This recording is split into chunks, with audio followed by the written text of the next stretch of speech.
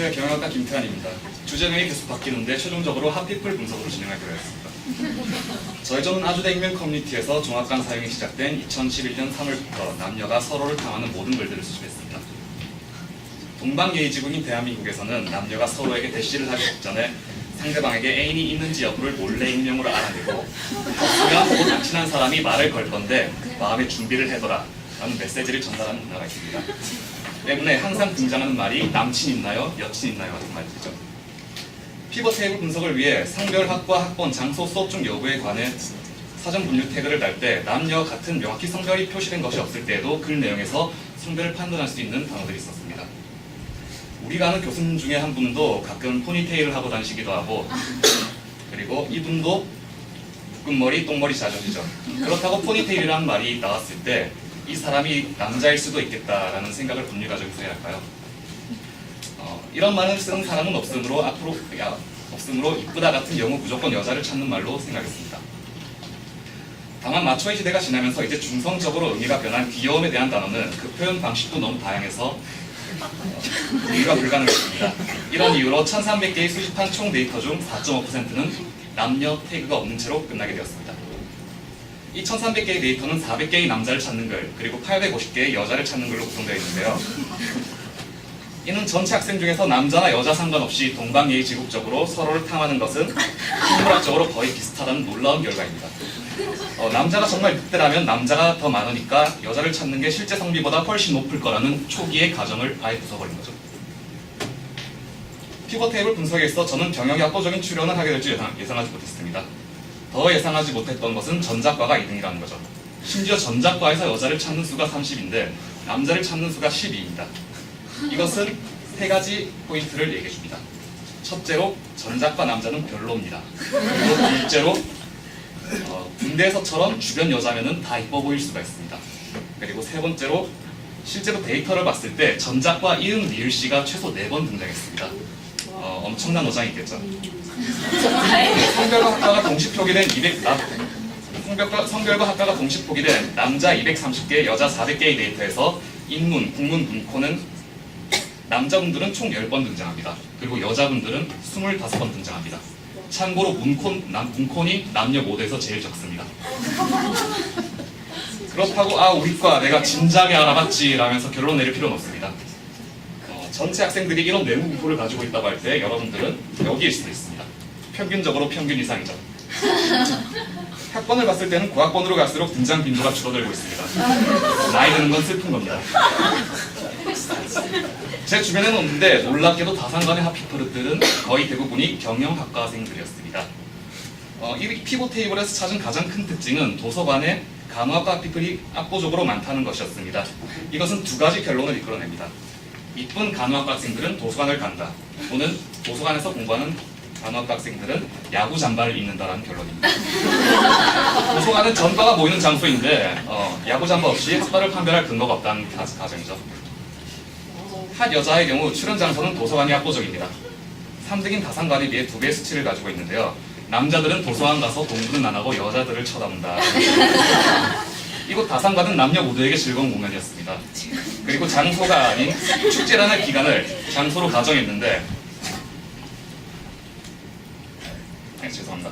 놀랍게도 짧은 축제 기간 동안 핫한 남자를 찾는 글이 11년부터 모은 다산관에서 나온 한 남자의 데이터의 양과 똑같았습니다. 이는 축제 기간 동안 여자분들이 얼마나 외로웠는지를 설명해줍니다. 역으로 생각해보면 남자분들은 축제 기간을 노리시면 됩니다. 박수도 손말이 맞아야 하는 겁니다. 저는 이 과제를 진행하는 동안 아주 강력한 소개팅 미팅 플랜을 만들게 되었는데요. 동아리의 경우 상위 빈도수에 속하는 동아리에서 활동하고 있는지를 묻는 질문입니다. 이것과 관련하여 수치가 높게 나온다면 소개팅 미팅할 때 밥 말고 술 먹자고 해야 돼요. 아주 상대방이 이쁘거나 잘생긴 확률이 매우 높다는 것입니다. 여기서 내가 이 소개팅 미팅 플랜에서 몇 점을 맞을지를 궁금하신 분들께 채점을 해드리려고 했는데 안타깝게도 앞에서 보시다시피 국문, 인문, 문코는 낮은 점수고요. 학번도 1호가 아니죠. 최고 점수는 아닙니다. 다만 장소에서 다산관이라는 장소가 높게 나오고요. 이 동아리에서 활동하고 있으면 가산점이 들어갈 수 있습니다. 모여진 1300개 데이터 모두에 성별, 장소, 학과, 학번이라는 태그를 단 결과 저희는 1300개의 동일 데이터를 각각 재구성할 수 있는 기회를 얻게 되었습니다. 가장 중요하고 의미 있는 남녀별 하피플들의 특징에 대해서만 설명해 드리겠습니다. 저희는 욕심이 많은 조입니다. 김바로 선생님이 저희가 진도가 조금 계속 느리다고 지적하셨는데 저희는 느릴 수밖에 없었습니다. 저희는 1300개의 동일 데이터를 남녀, 학과, 학번 그걸로만 구분한 게 아니라 그걸로 분석해서 나온 결과물에 자범석기에 나온 결과물에 다시 태그를 다는 시도를 했습니다. 그 5개의 태그는 시간, 스타일, 키, 선호 색상, 기타 특징입니다. 필요한 데이터만 선택적으로 수집, 분류정제 과정을 거친 결과물의 양과 질이 상당히 괜찮습니다. 스타일 특징에서 나온 남자들에게는 머리라는 단어가 가장 많이 나왔습니다. 이건 여자와의 비교에서 더욱 의미를 지니는데요. 남자들이 여자를 표현할 때 머리를 표현하는 숫자는 144에 해당합니다. 아무리 여자의 데이터가 2배 많다고 해도 이 수치는 밑에 추가적 헤어 표현 관련해서 남자들에게 여자의 헤어스타일이 얼마나 주의 깊게 다가오는지 알 수 있죠.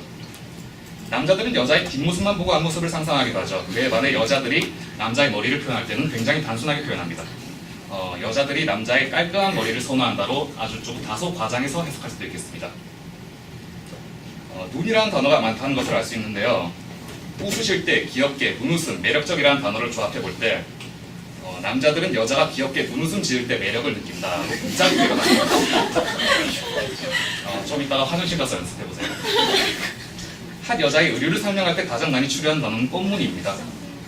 그리고 치마가 등장하고요. 그리고 놀라운 것은 치마와 원피스 같이 그 가랭이가 없는 것에 스키니, 핫팬츠, 청바지, 바지, 반바지, 드레, 빈도수 합을 합친 것보다 더 많다는 것입니다. 이 말인즉 단발머리에다가 꽃무늬 치마를 입고 귀엽게 눈웃음을 지으면 남자들이 아주 뻑뻑한다. 여자들이 좋아하는 남자들의 특징은 우선 키가 커야 하고요. 어깨가 넓고 훈남이어야 하고요. 목소리도 중요한 요인입니다. 다시 태어나십시오. 방송을 보고 인사 안 하겠습니다.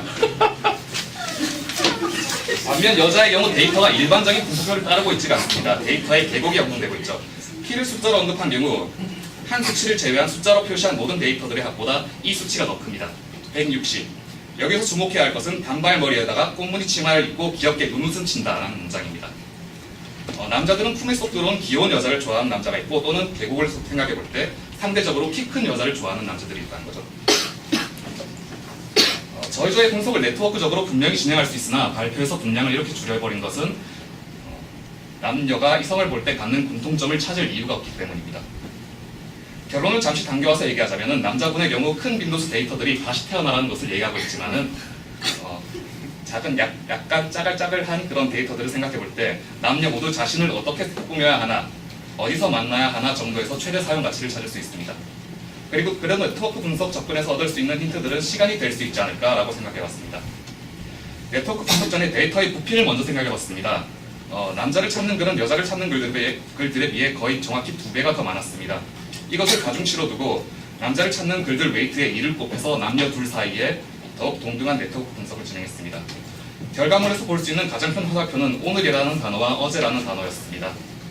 이 말이 의미하는 것은 오늘 내가 정말 화장도 잘 먹고 그리고 옷도 화사하고 머리도 부스스한 거 없고 반들반들하고 지나가던 남자 하나가 날 보는 눈이 심상치가 않아요. 그래서 딱 느낌이 오는데 누가 동방예의지국적으로 나를 찾을 것만 같단 말이에요. 그럼 그 글은 오늘 올라갈 겁니다. 오늘이 아니면 낮은 확률로 내일 올라갈 겁니다. 그리고 2일이 지났어요. 그럼 그날은 그냥 역대급으로 고데기 잘 먹은 날. 집 가거나 놀러 가는 6시 그리고 약간 술에 젖어있는 9시가 핫타임이라는 네트워크 분석이 나왔습니다. 다만 이 분석의 문제는 저희 수준에서 공기업 파악이 불가능하다는 겁니다. 군인들처럼 24시간으로 시간을 측정하면 좋을 텐데 대부분의 사람들이 오전과 오후를 분리하여 생각하죠.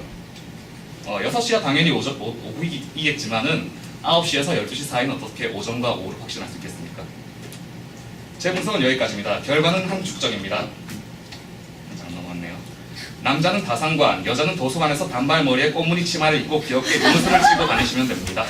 남자분들은 앞에서 얘기는 안 했지만은 무채색 계열의 옷 위주로 심플하고 깔끔하게 꾸미시고 다니시면 됩니다. 시간 문제로 생략한 많은 데이터들을 공유하지 못해서 아쉽습니다. 추가적으로 이 데이터는 아주대 대나무숲 운영자들과 얘기한 결과 데이터를 제공하기로 했는데 교수님들이 캔슬만 안 하시면 디지털 휴머니티 트랙이라는 워터마크를 달고 가겠습니다. 이상 발표를 마치겠습니다.